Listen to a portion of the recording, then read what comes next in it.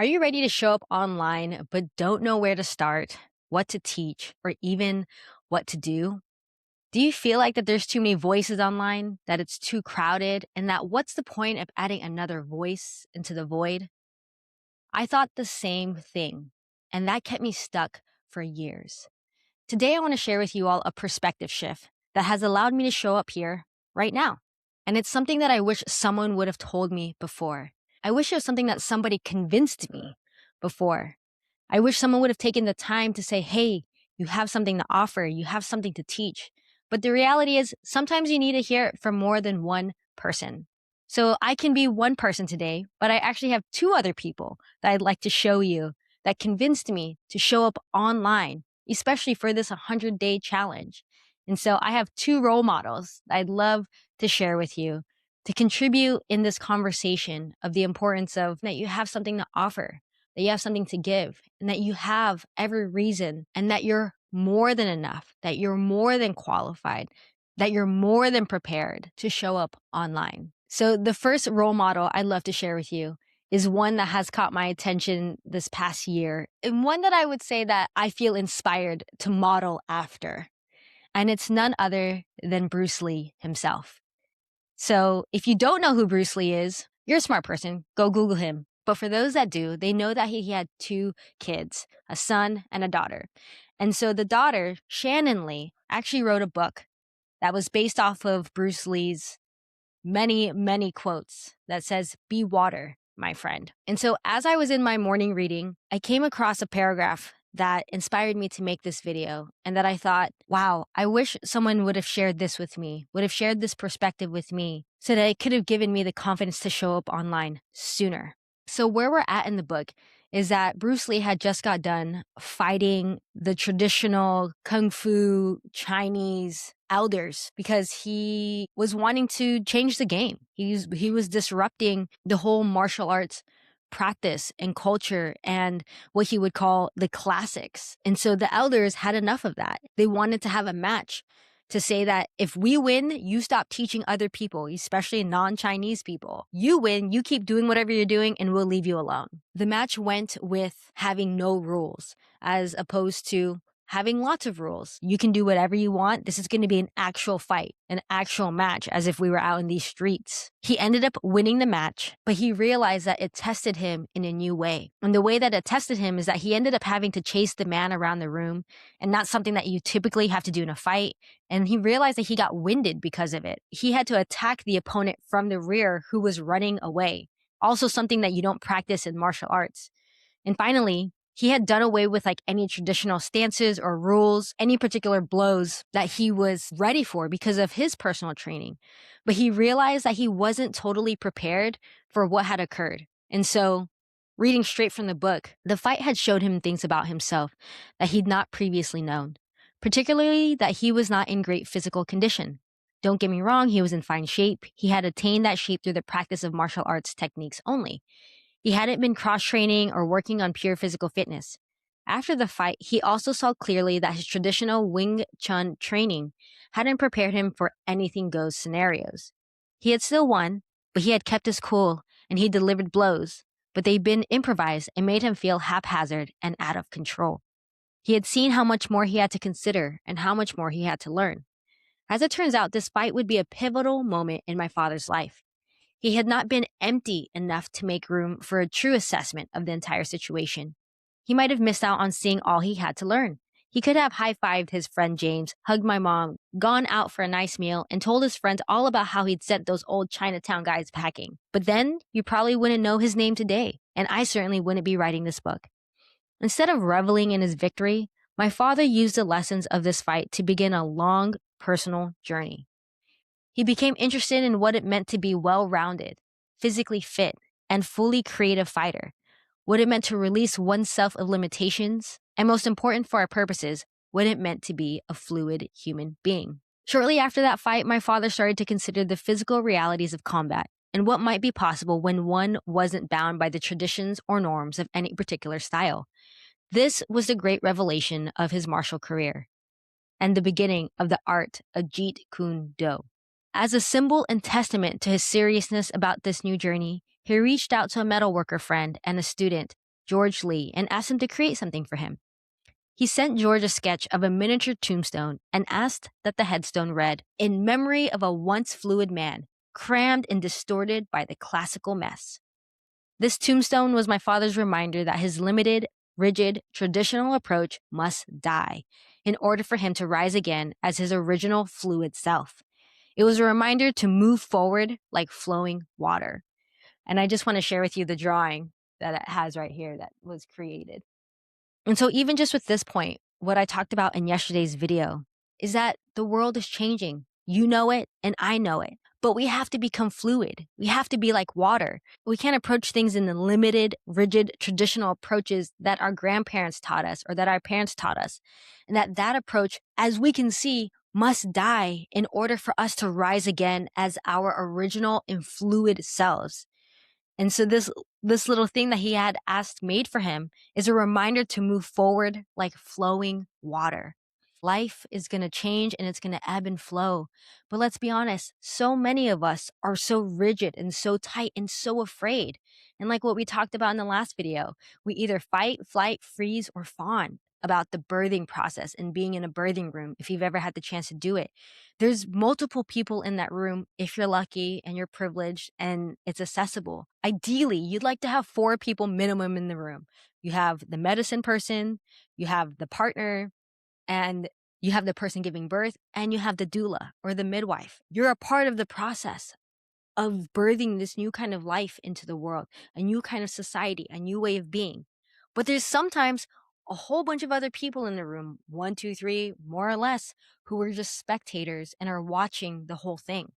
And so you have a choice. Either be a part of the process and follow the flow of the birthing process and take part in it and contribute to it and give to it, or you could be on the outside, spectating it from the outside, watching it from the outside looking in. But this next part is the part where I was inspired to make this video for all of you. Because if I would have read this part 9 videos ago, I probably would have never started this YouTube challenge. And so I want to share my perspective shift in response to this section of the book. So it says, "No masters allowed. Each man must seek out realization himself. No master can give it to him." So I just want to sit here and tell you, I can give you every perspective shift. I can give you every word of encouragement. I can give you every evidence that it's time for you to show up online and to share what you have to give and offer the world. But at the end of the day, you have to realize that for yourself, that I can't give that to you. And so it continues. "My father never wanted to be called a master. He said, once you say you've reached the top, then there's nowhere to go but down." So if you remember a few videos ago when I showed the Lauryn Hill clip, she was talking about the mountains and the peaks, right? When you go from studying to mastership, studying to mastership. And for younger folks, when you go from uncool to cool, uncool to cool. And so this is what he's saying too. Once you've reached the top, there's nowhere else to go but down. Instead, he considered himself to be the eternal student, always open to new ideas, new possibilities, new directions, and new growth. He saw his process as the peeling of layers of a never-ending onion, always uncovering new layers of his soul and revealing new levels of understanding. "My life, it seems, is a life of self-examination, a self-peeling of myself, bit by bit, day by day. More and more, it's becoming simple to me as a human being. More and more, I search myself, and more, the questions become listed, and more, I see clearly.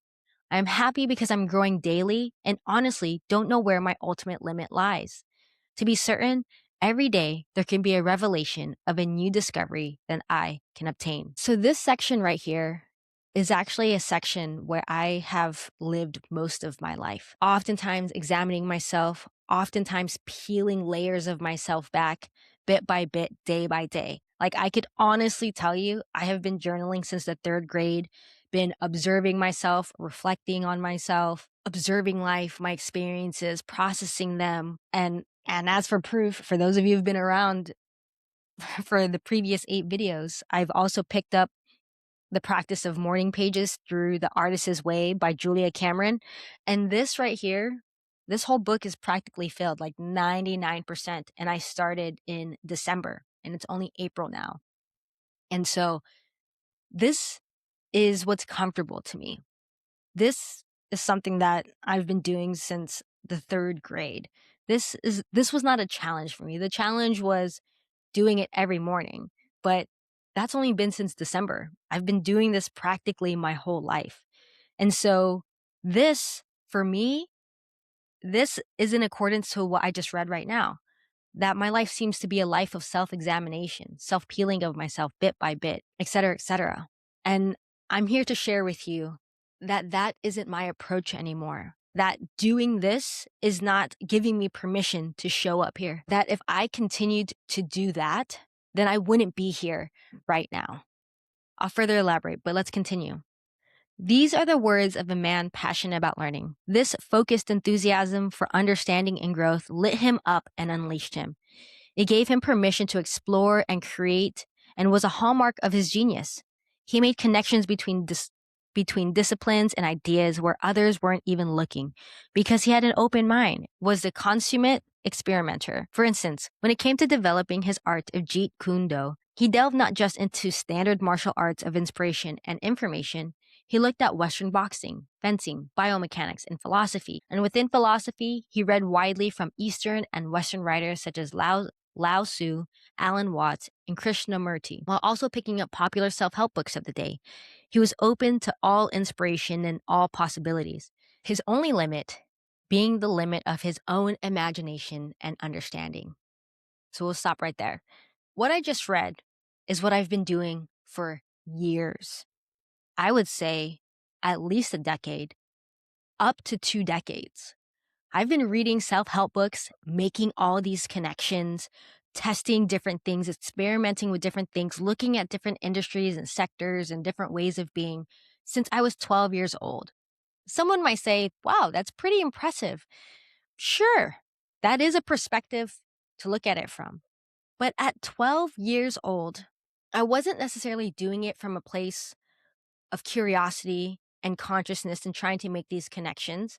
I was doing it at a place of wanting to fix myself. I was doing it at a place to right as many wrongs as I could with as many things I thought was wrong with me. And also I was doing it in a way to, if I can just be the best version of myself all the time, then people will love and accept me. I mean, I'm 12 years old, and I also just came out of the closet at this time. And this is 2002.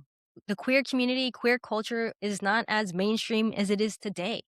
So I still had the last remnants of the discrimination and the separation from that. Not to say that it's still not happening, but from 2002 to 2026, it's two completely different worlds. It's been over 20 years. And to experience it as a young person, I saw this exploration, this curiosity, this personal development, this self-help as a way to fix myself.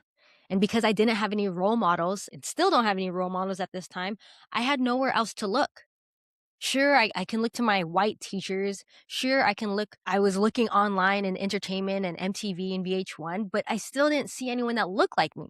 I looked to myself and in my own curiosities and explorations, like, how can I fix myself? How can I be as perfect and presentable as possible so I can be accepted, so I can experience belonging, so I can be loved, so I can be in community? And can I be honest? It didn't work. Sure, it worked for a little bit of a time, for short spurts, for certain chapters, for certain places and people. But like as my life as a whole, it didn't work. And I say this because if you look at a few videos ago where I talked about no role models to no role models, I'm reacting to an old video of myself 10 years ago doing that work from, I think I was at that point 10 years ago. At that point, I've been studying and doing personal development for 22, 23, 24, 25, 26, for about 15 years at that time. And you can see in the video that I'm still unsatisfied. I'm still struggling. And I'm not saying, again, it's not like it was like that constantly. It's the peaks and the valleys, right? But what I'm trying to say is that it kept me in student mode. It kept me in learning mode. Developing that habit at a young age during my very prominent developing human developmental years It kept me stuck in a gear that was hard to get out of because it's become so much of who I was and my identity and how I operated and how I did things. When you look at it from the outside looking in, it looks like, wow, like that kid's reading self-help books, or that young adult is reading self-help books beyond their educational books, beyond their textbooks. I was reading self-help books instead of Harry Potter. My first book was The 7 Habits of Highly Effective Teens. Like, what does that do to a young person? I'm evidence of it right now. And I'm saying that, yes, following my curiosity, I definitely think is something to continue to do. Yes, continuing to explore other ways of being and how other people think and approach the world, and seeing what works and what doesn't work. Yes, I still think that that's something worth doing. But for me, the third thing, again, is that it kept me in student mode.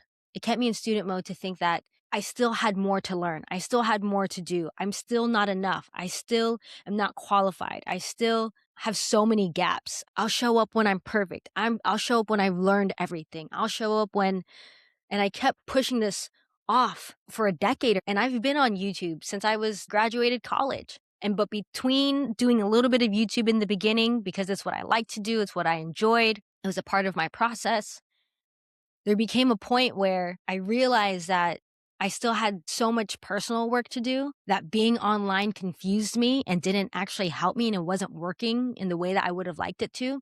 So I stepped away, still doing the same thing I've done since I was a kid, making connections, exploring, being curious, and continuously trying to fix myself until I was perfect, until I was ready, until I was presentable. And so that's why I want to go against this particular part of the book, because as much as I agree with it, I also want to say, don't get stuck in it.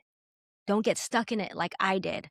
This is the perspective shift that I want to give you. I want to read this last part of the book, and then I want to show you the second role model that may work for you, and what I wish was shown to me a little bit sooner than later. And everything is in perfect timing.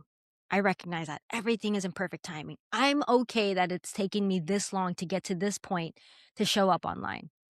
Fully, completely, as myself right now, knowing that right now I am enough. Right now I belong. Right now I have something to offer. Right now I have something to give. Right now I have something to contribute.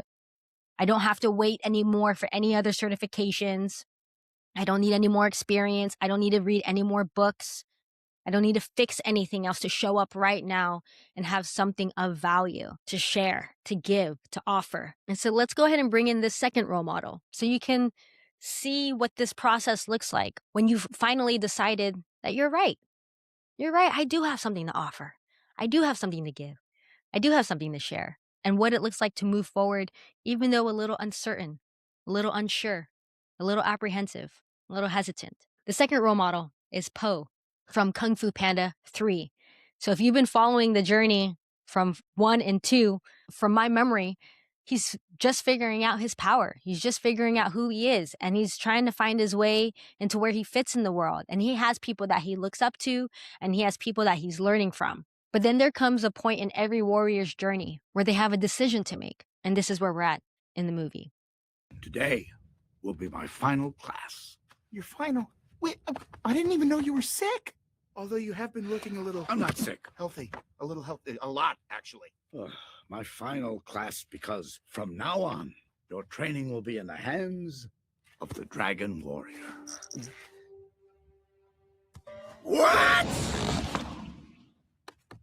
Me teach? I mean, why not Tigress? She's always telling everyone what to do. Be quiet, Po. See what I mean? Tigress is not the Dragon Warrior. You are. Come on, they're the 5. What could I teach them? There is always something more to learn, even for a master. For instance, let me show you another move. The dramatic exit. What's that? Wow! Are you kidding me? Where'd he go? Master. He's gone, guys. It's cool. We await your instruction, Master. All you have to lose is our respect. Seriously, how bad can it be? Very bad! Very bad! Okay. Let's switch it up. Monkey, immovable mountain stamps. Yes, Master! Tigress, tornado backflip. Yes, Master. Oh no, fire! Stop! Sorry, my fault. Great. brain go high. I mean, low. Oh, my claw thingy! Viper and Tigress do like a totem pole voice technique. You two do a swarming insect fight with a yellowtail, yellow jacket, spicy tuna.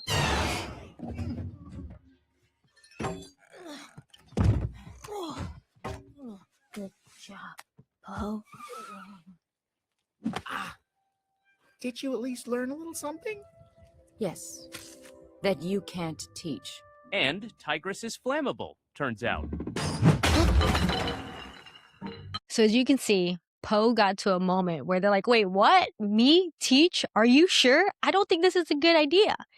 But like I said, every warrior comes to the point where they've learned all that they needed to learn to be able to teach somebody else. And as you can see, he's like, but what about them? What about these other coaches? What about these other educators? What about these other masters? What about these other warriors that are way ahead of me? As though it seems. But he's the dragon warrior.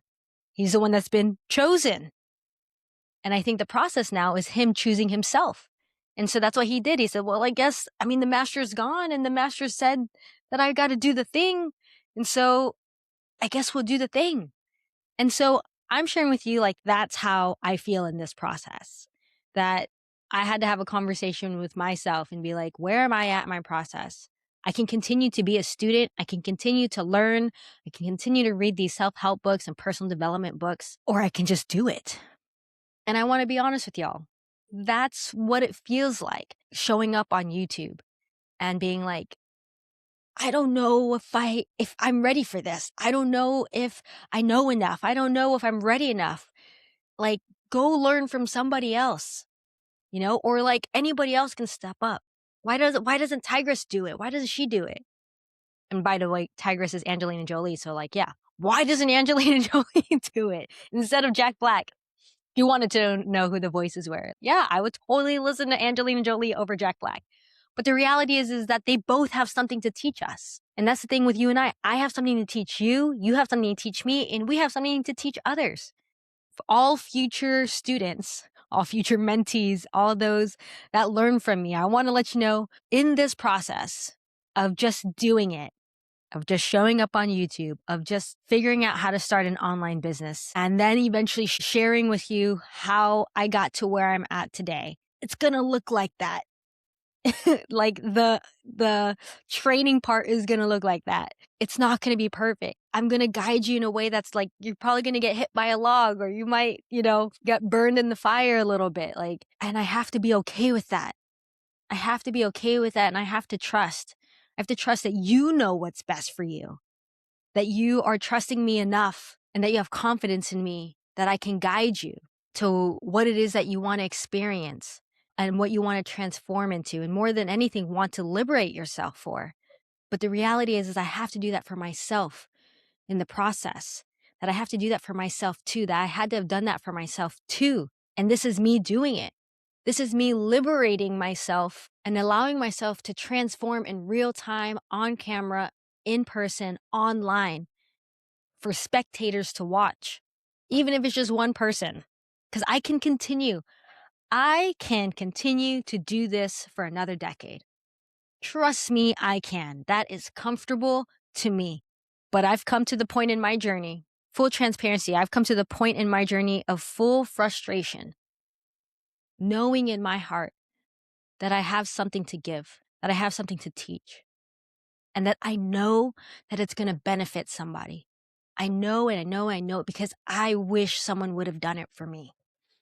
I wish someone that looked like me, I felt connected to, that I vibed with, whatever the case may be, I wish that they were online and they were telling this to me. That yes, be curious, explore, experiment, test things, observe, make connections, absolutely. But don't get stuck there.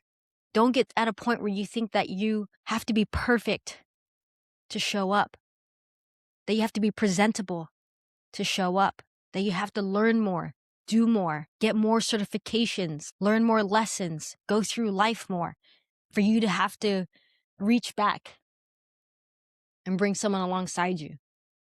You right now already have something that can contribute to someone on a personal level, to others at a community level, to others in a neighborhood level, to others on a global level.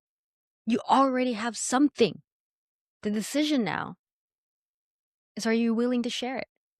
This is the part where the two come together, where you're in student observation mode, reflection mode, and you're also in action mode, is figuring it out what you want to give. Because this is the part in tandem with an online business or business in general. It's saying that what you have to offer, that someone else will think it's valuable. And I want to be honest, that's also a place where I got stuck for the past 2 years.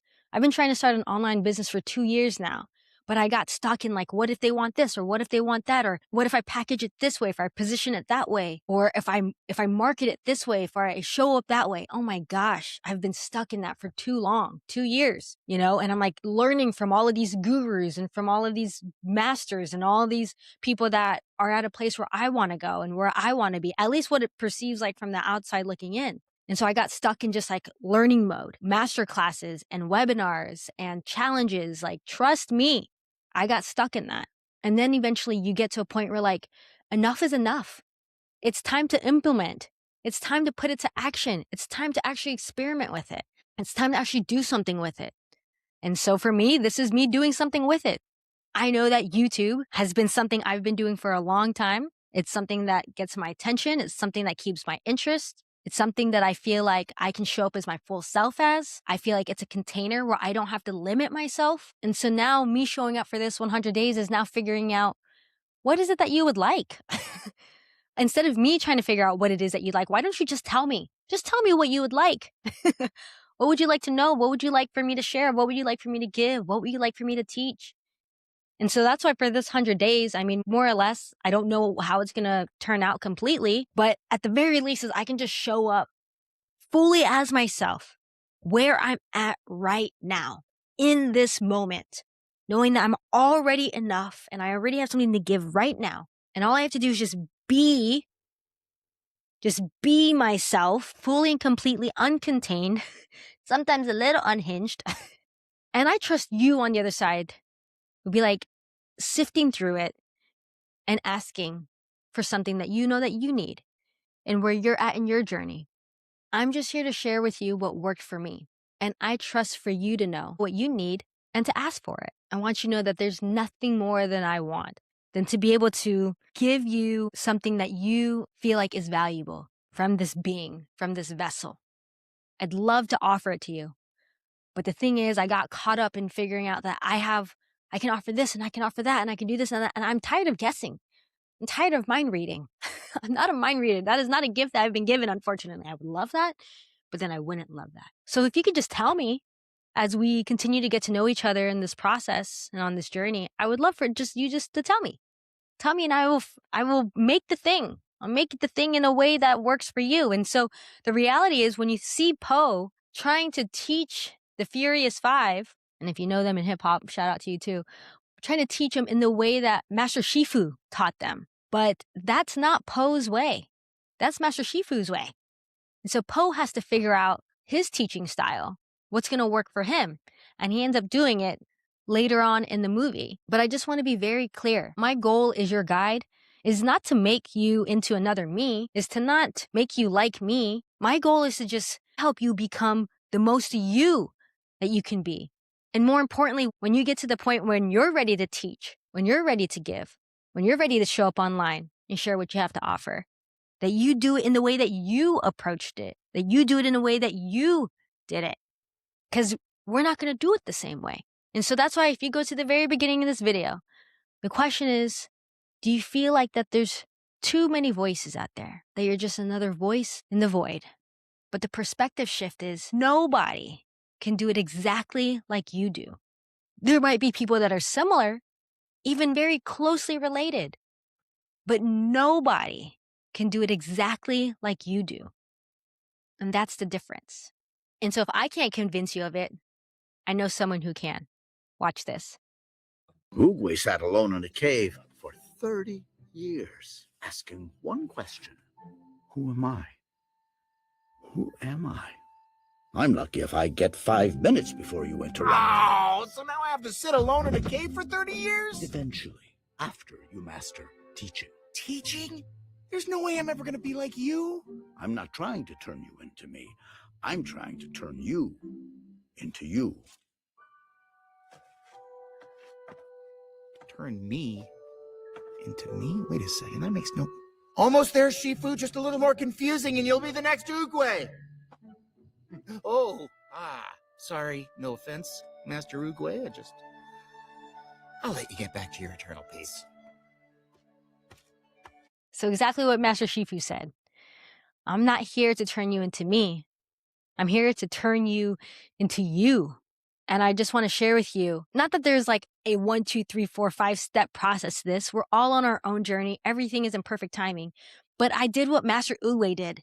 I sat in a cave for 30 years. For me, it was more 20 years. But just even now watching it, he sat in the cave after he became a master and became a teacher and like did something. I'm going to be honest. I haven't done much. I mean, Master Uwe, what he did obviously was like save the world at that time, in that moment, and got rid of the bad guy Kai. But I haven't done that yet. I'm on my way, but some reason I got convinced that I needed to sit in the cave first before I can teach. But the reality is that what I'm experimenting with now is that I had to do something first and become the warrior that I am, and then to teach others to do the same.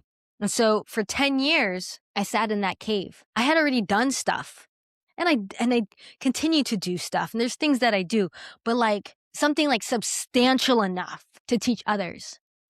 And so, I mean, I'm sitting here and I'm saying that even out loud. I'm like, what the frick does that even mean? I think that that's the issue in the disconnect. It's the recognition that I have done stuff and that I can teach from the stuff that I've done.